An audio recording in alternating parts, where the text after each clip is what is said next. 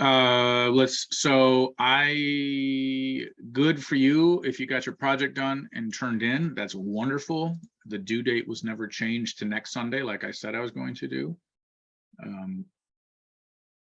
So I will have to try to do that today if I can remember. Part of my problem is I'm so flippant with, since I don't hold you all accountable to due dates in terms of like not accepting late work or taking off points for late work or whatever, because you can turn in things as you get them done. I'm pretty flippant about keeping track of whether or not I changed them, which is not a good excuse. It's just an excuse, right? I mean, that's all excuses are. Oh, I had someone tell me something about advice and how advice, I'm not going to say it because it's too embarrassing. Anywho, so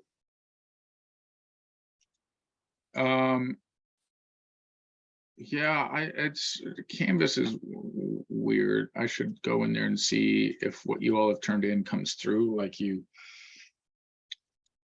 feeling it should. So let's we were supposed to answer questions on this.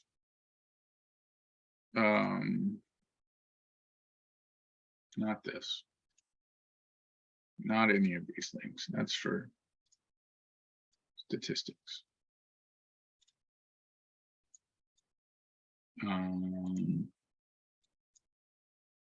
This. Did you have any questions on the unit review B?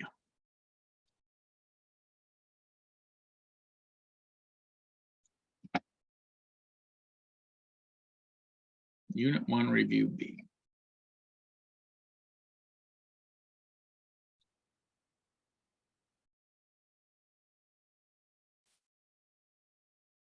This thing, nope. What is this one? That's unit 2. Okay.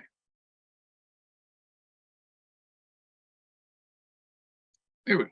No. This one. Yeah, here we go. Anyone have any questions on this? If not, we'll move on. Not the review. Unit 2. Why I keep saying unit? Here we go. At long last.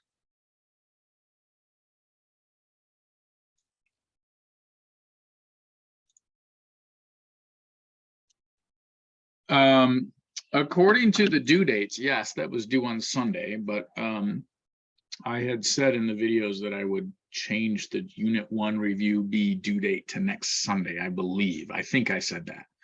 It's hard to know what I've said because I say so many things in all my different classes. But right now it was set to be due last night at midnight. And it was supposed to actually be due on the 2nd of October.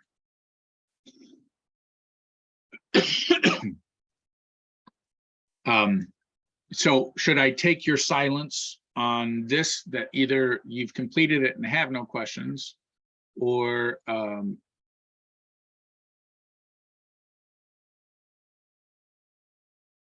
you haven't started it and don't have questions? So I haven't started B myself. I did A with us in class, but I didn't do B yet. Okay, no worries. I'm happy to, anytime you have questions on these, I'm happy to go over them. So if y'all don't have any questions now, that's fine. Let's do 2-1. But I feel like I should pause just in case someone wants to ask a question.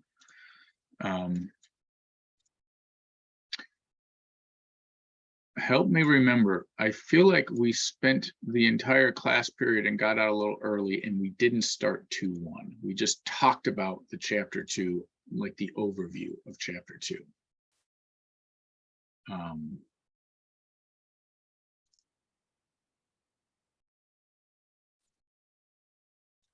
Okay, perfect.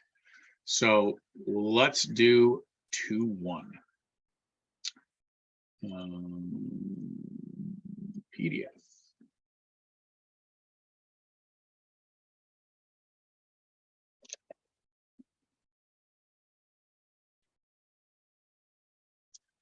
So 2-1 is, I want to open this as a PDF.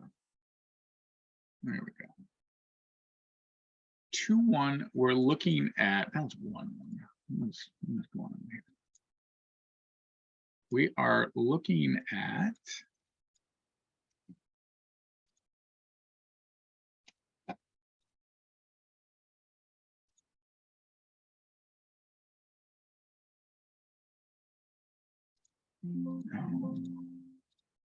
hang on, I'm sorry, where is this going to? It's in there. All right, here it is. So our goals here are to distinguish between simple interest and compound interest as a means to understand linear and exponential growth. And it's a little wonky because we're introduced, like we're going to study interest, compound interest, simple interest in depth in Unit 3, but we're getting introduced to, we're using them as the foundation for understanding of linear and exponential growth. So that's our goal.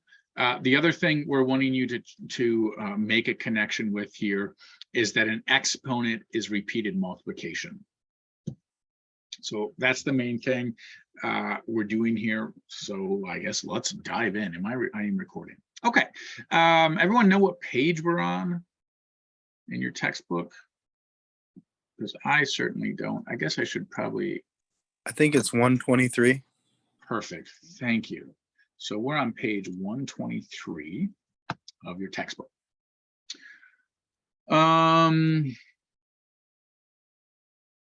So I'm going to skip a little down to here, and our author gives us some definitions which are important more for Unit 3 than here. First, interest is a fee paid for the use of someone else's money. I think that's, I don't know, it might be a little bit of a simplified definition, but it's pretty straightforward, right? Like if you deposit your money in a bank account, you earn interest. Right now it's like nothing, but that's because the bank is giving you a small fraction of the money that they loan out to other people, a small fraction of the interest they earn. So what happens is you put your money in the bank account then turns around and says, oh, hi, someone, you want to buy a car? I'll loan this to you at 9% interest. You get 0.1% interest of that 9% interest. They pocket the 9%, but they're using your money to give it to that person. Same thing with a credit card. The credit card company says, oh, you have this kind of income. We expect that there's this chance that you'll pay it off. So we'll charge you 30% interest, and you can go spend our money to buy things. So that's interest. There are two different calculations for that interest. The first, simple interest, is based it's a fixed amount of interest on the original amount of money borrowed. It is unchanged, the fee of that amount. So like our author says, if you deposit $100, 4% of $100 is $4. That's the simple interest you would earn. So over the lifetime of your investment, if we're thinking about investing, you're always going to get $4, no matter how much money's in the account. Whereas compound interest is paid on the original amount plus any interest you earn as well. So like after 1 year, if you have, if the money gets deposited in your account, like this $4, the second year, you'd earn 4% interest on $104, not just the original 100. So the amount of interest you earn goes up in terms of an investment. So here we go. I want you to try this out. We've got account 1.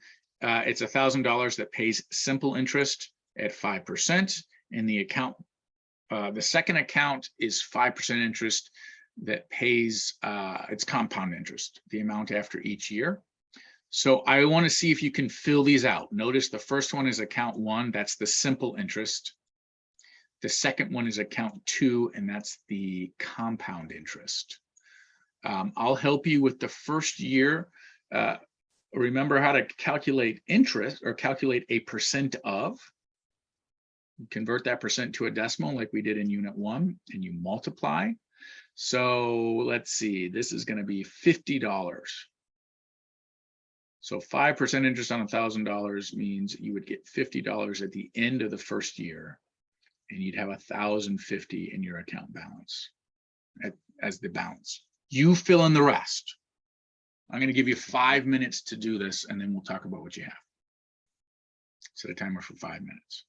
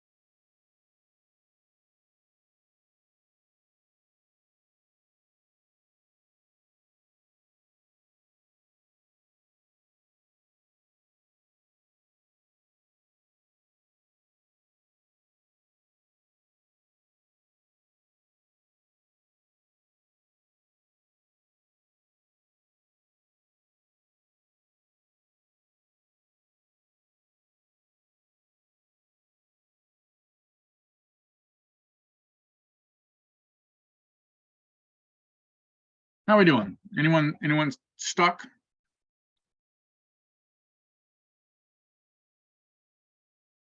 I said 5 minutes, but I gave you 3.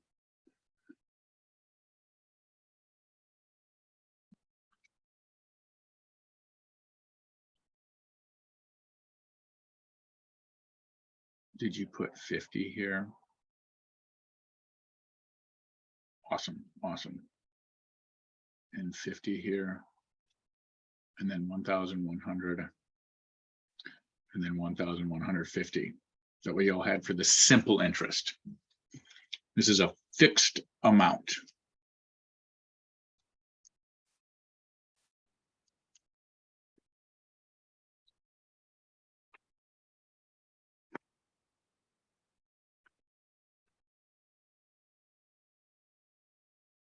Anyone lost on that, or are we all happy?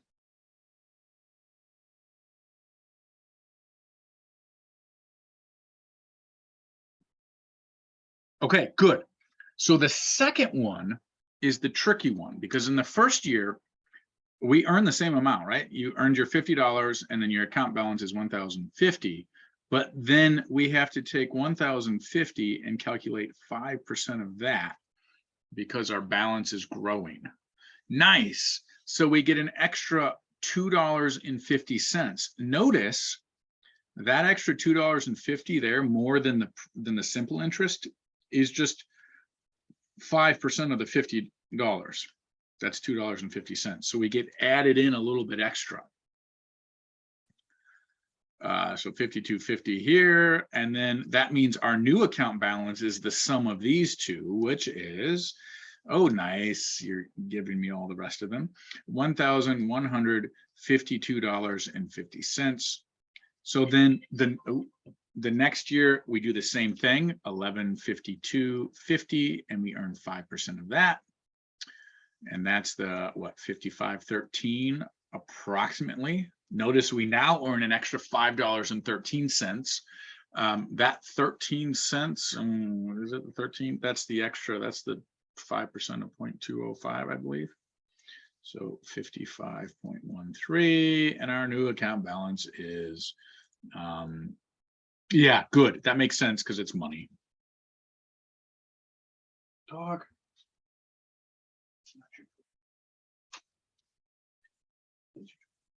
Sorry. Okay, so let's see. Can I do that addition?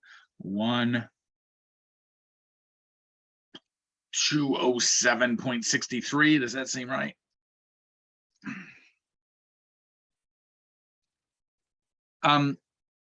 Notice here we were adding a fixed amount, and here we were adding an amount that changed, and the way we calculate that addition is repeated multiplication by this 0.05.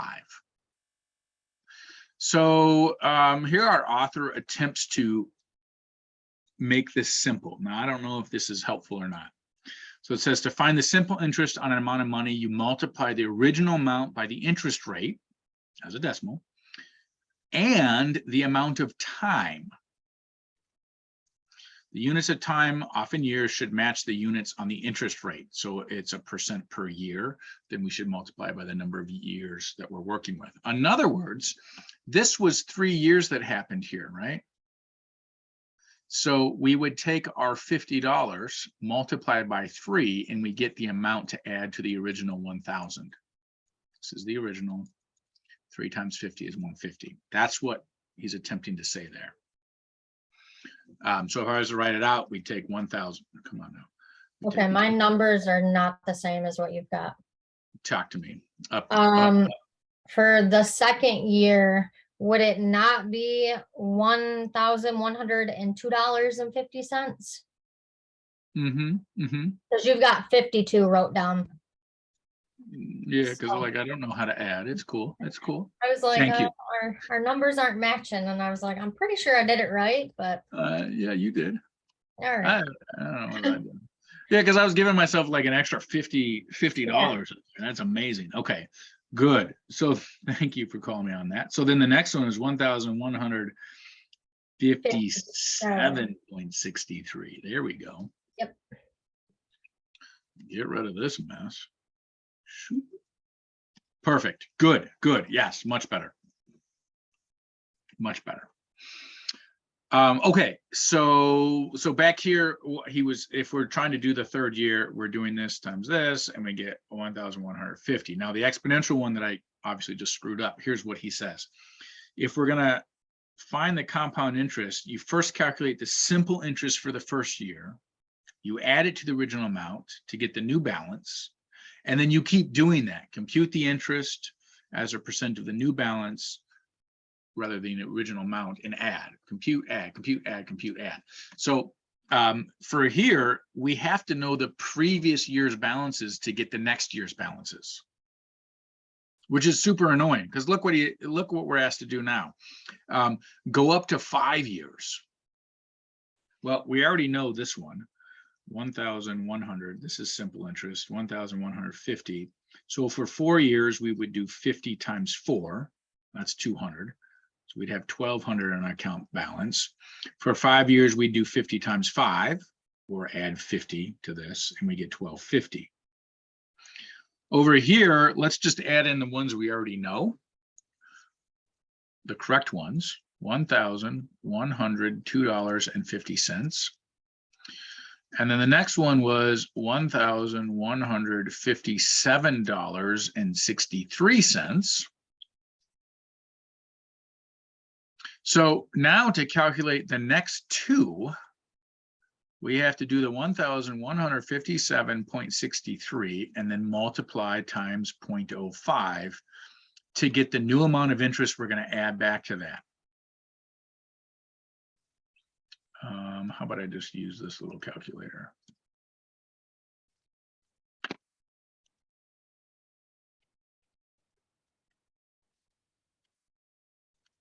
Note, I'm getting $57.88. So we're going to add that back to the 1150. Come on now. We're going to add that to the 1157.63. And we get the new account balance, 1215.51.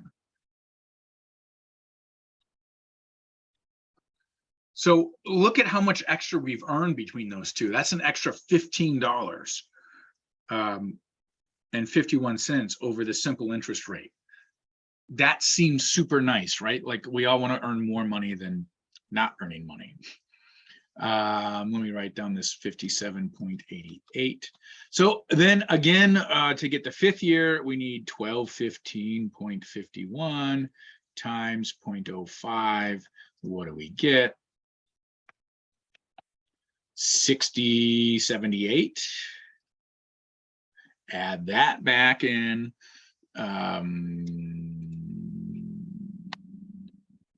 And we get the 1276.29. Okay, awesome. An extra $26.29 spread over a 5-year period because of the compound interest versus the simple interest. So then the author's like, well, what's up? Get me the value 20 years later. Well, for account one, that's super easy, right? We take the original $1,000 and we add to it $50 times the 20 years of getting $50 a piece. Let's see, 2 times 5 is 10, and then 2 zeros. So that's an extra $1,000. Takes us 20 years to double our money. How about account balance 2? Yuck, right? We have to repeat this calculation 15 more times to get to the 20th year. Not cool. We're not going to do it. Surely there's a better way. Just in case you want to know what's happening here, this is called, what is it? It's a recursive formula. It's very commonly used in programming, where you program a starting value, you put a rule for how to calculate the next one off of the previous one, and then it calculates. And this is pretty nice for a computer. It can run those calculations really fast. For us doing it by hand, it takes forever. We want an explicit formula. So I believe we call this the implicit formula. We want a formula that we can plug in a 20 and it spits out the compound interest at the end. And that's what we're going to build towards. So we've already looked at this. Check out the calculation that our author looks at that I think is really good for a simpler way to calculate this. He's leading us up to the formula. And what our author says is, notice that actually, let me just erase and I'll write it out here instead of reading what the author wrote.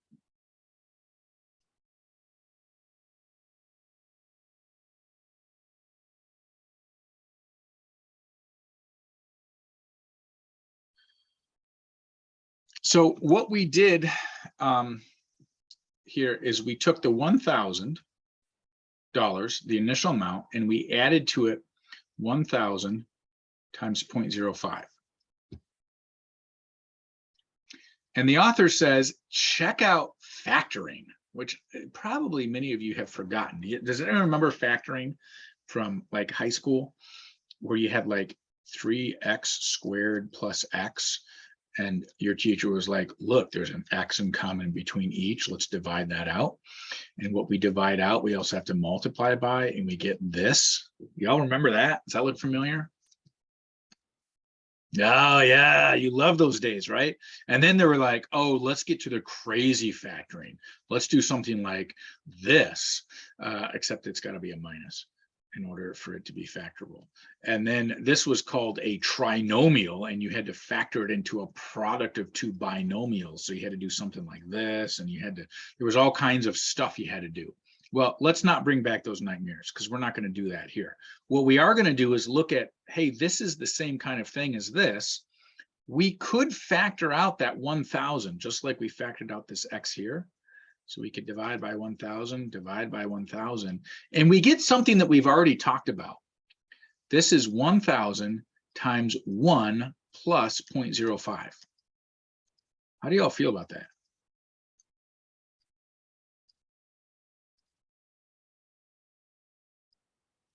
Is it like, hopefully I'm not like bringing back awful memories of algebra 2 when you were just wishing the bell would ring so you could go to lunch or go home or whichever it was, or you were still waking up wishing you had a cup of coffee.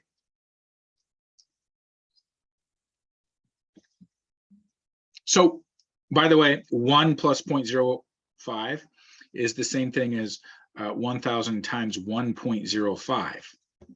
If we were to think conceptually about what's happening here, this represents 100% of the money you invested. This represents the growth of 5%. So if I wanted to calculate this value, note that this thing is 1050. I'm just going to multiply by another 1.05, right? I'm multiplying 1050 by 1.05. That's the same thing as multiplying 1,000 times 1.05 times 1.05. Notice what we get. Desmos is beautiful for this. Where I put my coffee now.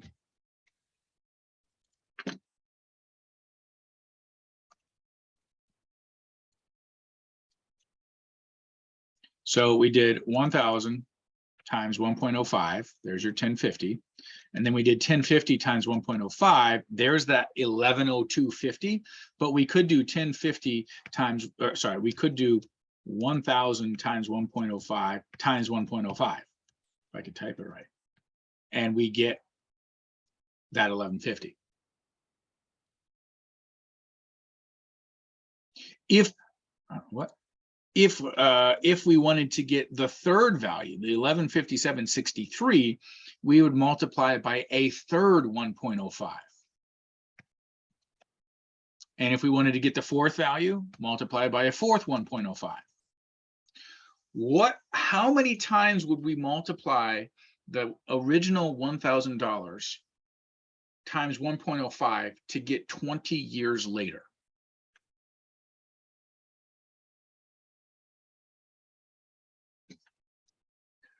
In other words, I'm asking, how could we use what we've just noted to get this?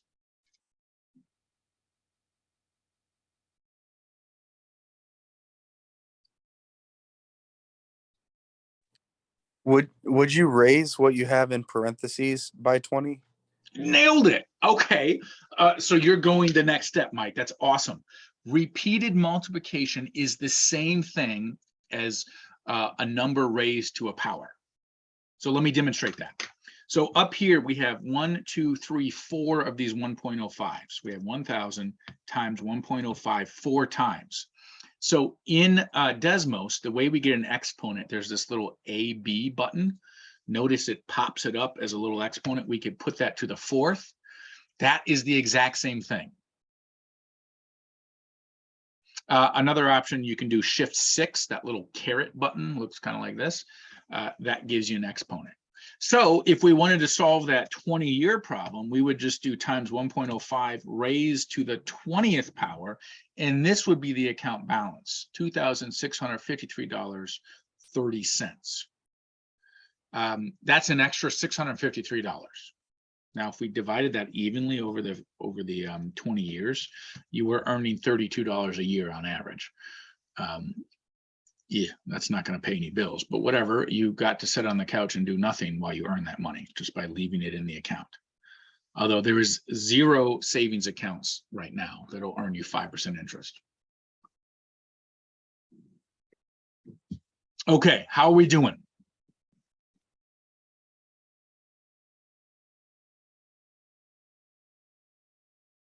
We did all of this.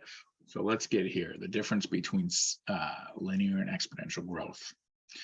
So I'm gonna kind of ignore what he said here, and I'm gonna write it a little bit differently if that's okay.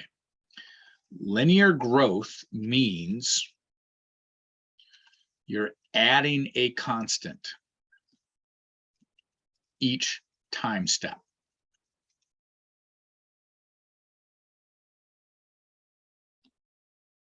You're adding the same number every single time, every unit step we make. So maybe let's call that every unit step instead of time step. That's a little vaguer language, which we want it to be more general. Where exponential growth, we're multiplying by a constant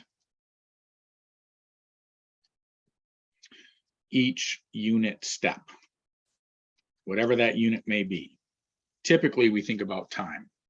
And for it to be growth, it has to be a number greater than 1. Otherwise, it's going to be not growth.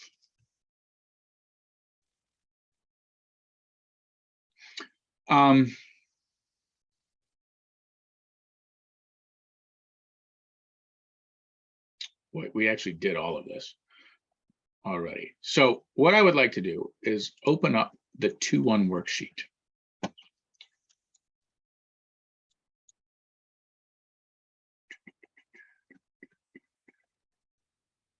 And I want you to try it. So I'm going to let you struggle with it first to see if you can figure it out, and then we'll talk about some strategies if you are stuck to help you figure it out. So note a couple things. Here's 2 data sets, 2 sets of data. We've got a column of years. So that's number 1. Number 2, we've got an account balance. And I'm saying what type of growth is represented by the years column. So for A, ignore this and just look at these numbers and decide, is it linear or exponential? And so for this class, by the way, when we talk about growth, there's only 3 options we're interested in you understanding. Do we have linear? Do we have exponential? Or is it neither? Right? Those are your options when working through a type of growth problem. There are, of course, other types of growth, but for our class, we only focus on those 2. So you're doing it for the years column for A and B, and then for C and D, you're doing it for the account balance column. Okay. Oh no, Jennifer, you know the answer. I wonder how you knew. Let me give you 5 minutes to try. I think the years column is a little easier to get at, but try it out. Set a timer for 5 minutes.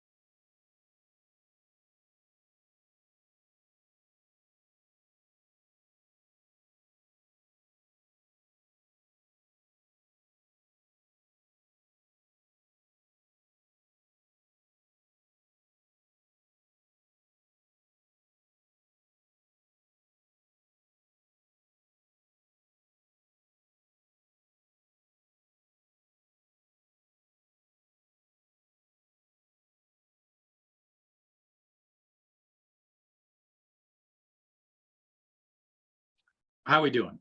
I feel like 5 minutes might have been too long. Are you I know Jennifer knows the answer to number 1, which I agree, but I would like to know how we knew it was linear. Because it's adding by a constant number, which is 10. Okay, now how did you figure out you were adding by a constant number? I That was- mean, it's How'd you probably know? first grade, but 10, 20, 30, 40, 50, 60. Okay, right, like this one is fairly, it's Yeah. not too bad to look at. Good. No. If it were a challenge, sometimes figuring out what you're adding by could be a challenge. Mhm. What you would do is next minus previous, just in case. So 20 minus 10, 10, 30 minus 20, 10, 40, 30, 10. Calculator.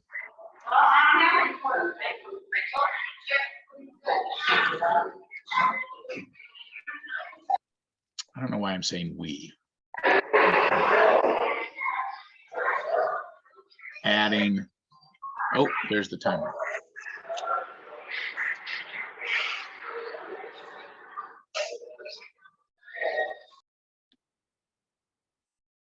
Okay, good.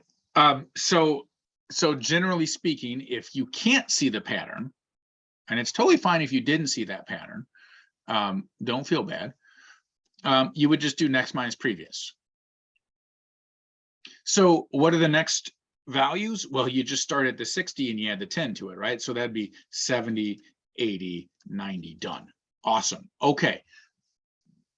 What did you all say for account balance?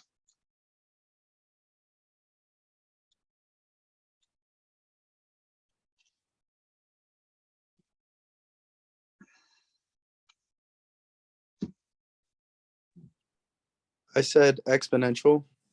Okay, how'd you figure that out? The amount added each time is more than its predecessor. Okay, all right. So we're not adding the same amount. Did you figure out how much we were multiplying by? Because that's, go ahead. 5%. So that is the percent growth. What number was actually multiplied by? By the way, both of your answers were great. I need to change this problem so it's not 5%. How you would figure out what you multiply by is essentially the same thing we did here, except that knowing that exponential growth is constant multiplication, we're going to do next divided by previous. Okay. So wouldn't it be 0.05? Close. I mean, you're not wrong, Jennifer. It's a 5% growth, but we're not multiplying by 0.05 each time. We're multiplying by 1.05. Do you see the really subtle difference there? So let me type this mess into Desmos and let's see if this is true or not. So it was 525 divided by 500, 1.05.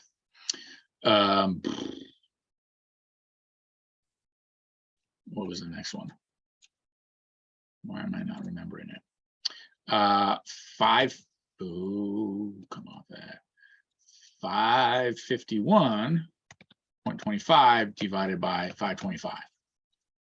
578.81 divided by 551.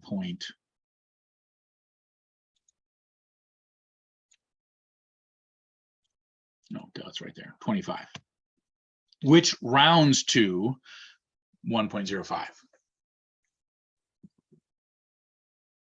So we're multiplying by the same number each time step. Do y'all see that subtlety there? I guess we should say multiplying by the same number And that number is 1.05.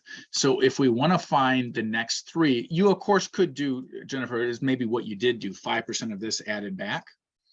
But we could also do 638.14 times 1.05. There's our next number, 670.05. Okay, yeah, I did the adding it back because that's easiest for me. It might take me an extra 2 seconds, but it doesn't require much thinking, and that's what I like. Yeah, 100% stick with that. Now, Like, well, go ahead. that was the easiest way for me. So, I mean, would my answer be incorrect or correct with the 0.05? Or do you want it to say 1.05? Well, you don't. So Mike's answer was perfectly, well, actually, Mike, I got to think about that. Saying that you're adding, the amount you're adding increases each time or is not the same doesn't necessarily mean it's exponential. So I'm going back to Mike's answer that was good, but not 100% there, because the key is we have to multiply by the same number. So to your question, Jennifer, if you said you were multiplying by 0.05 each time, that's not technically correct. Okay. But you didn't have to say the number you were multiplying by. You could just say we were multiplying by the same number. The reason I say that is a little bit later, we're going to learn the difference between the 1.05 and the 0.05. One is called a factor, meaning the number you multiply by. The other is the rate, meaning the percent growth or decay. So Okay. we are going to distinguish between the two, and you will get it wrong later if you don't know the difference between the two. Okay, so pretty much you're always gonna add 1 to it, or is that wrong? It's probably gonna change, I'm sure. It is, oh yeah. So for growth, it's always add 1 to the percent. For decay, you're going to subtract it from 1. Okay, all right, well. But that's coming. Yeah, you're good. What you're doing here is totally fine. I'm just making sure that when we get to the crazier stuff, yeah. Okay. Okay, now, has anyone got any questions on all that? Alyssa, you said yes. I'm wondering what you were saying yes to. Maybe you get it. How about try this one? Notice I said what type of growth is represented by the debt when loan enters repayment column, this column. I'm going to give you 5 minutes to try it. And then we'll, okay, good, Alyssa, good. I just want to make sure that I'm on page with you all. Set a timer for 5 minutes. No, it wasn't talking. Set a timer for 5 minutes, Siri. Thank you.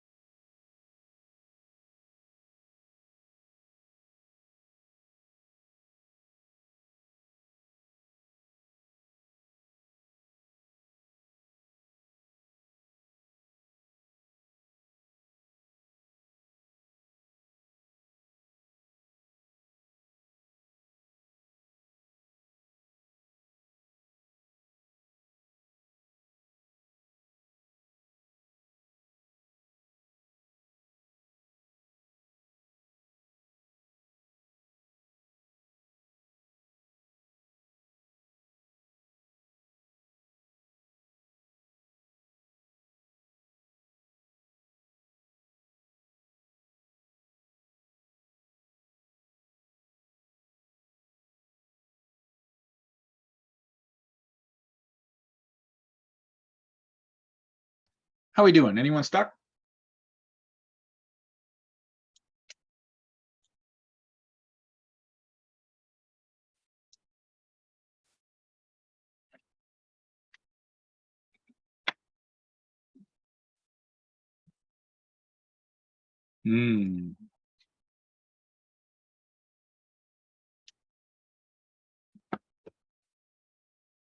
Anyone else stuck? Okay, why do you think it's neither?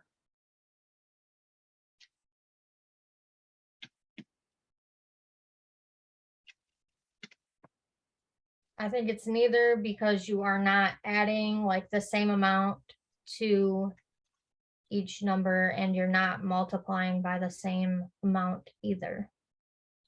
Nailed it.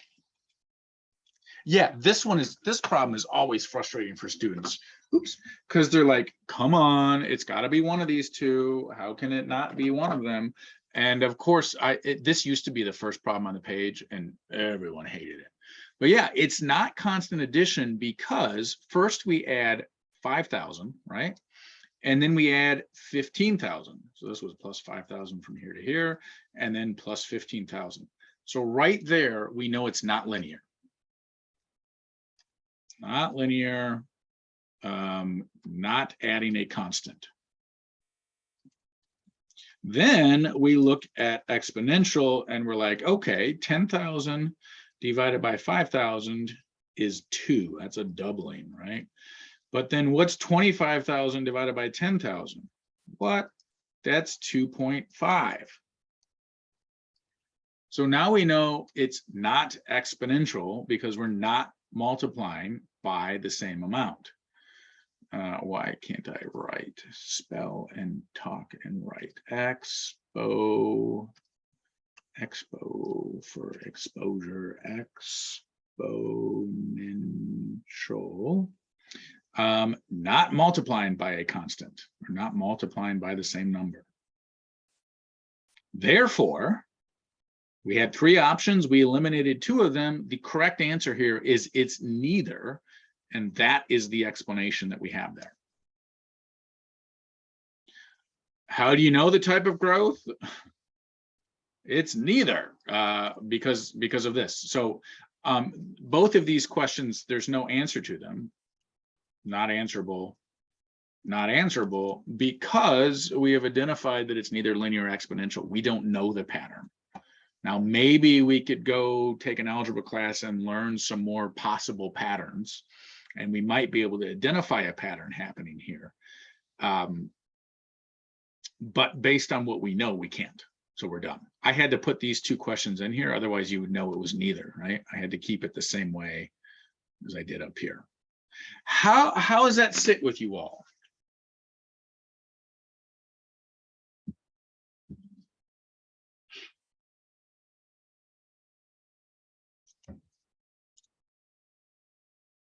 Nice. Okay. I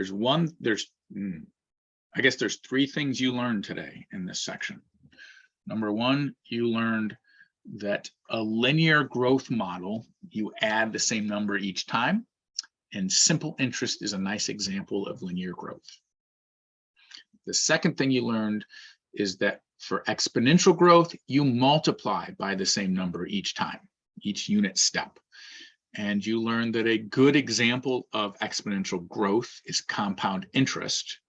And then if you didn't already know, you looked at the connection between repeated multiplication and exponents.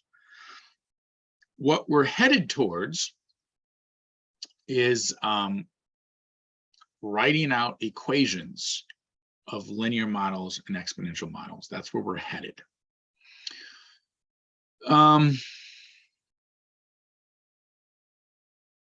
Now that we're warmed up, I mean, this is everything for 2-1. We're done with 2-1. Are you all excited now to ask me some questions about something, or I'm trying to decide here. Do we want to do 2-2 today, or do we want to do 2-2 and 2-3 on Wednesday? 2-2 is very short. It's just what's up with a graph. So we're going to figure out. Come on, you dumb thing. we're going to figure out this, what's up with this, and how to put that in Desmos. And that's it for 2.2 for graphing. And then 2.3 is a return to unit rates and their connection to the constant addition of a linear growth model. And I kind of think that goes nicely together all at once. And yeah, that meant that's what we did in class last week, because I'm a little ahead in the in-person class. We just kind of spent the rest of the time working on projects. So I think that's probably great for everyone. I suspected that's what we would have liked to do. So maybe what I will do is turn off the recording unless you all start asking questions that everyone might benefit from. Do